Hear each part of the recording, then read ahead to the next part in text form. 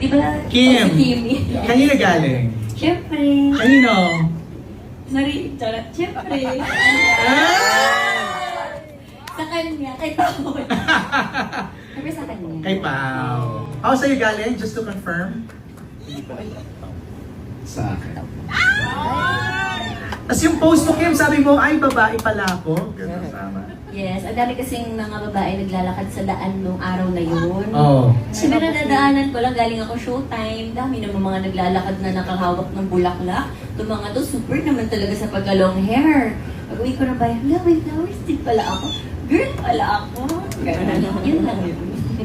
Ano, I know it's too personal to share, but how does it feel lang na parang somebody sending you a flower and it's Paolo pa, from Paolo pa? Siyempre nakaka-girl talaga pag bigyan ka ng flowers on Valentine's. Kasi hindi naman yan sa gaano kalaki yung bulaklak, super dami, ganyan. It's the thought that counts. Na naalala ka, oy, thank you, salamat ah. Pao, anything to add sa pagpapadala mo ng bulaklak kay Kim? Masaya ako na masaya ako.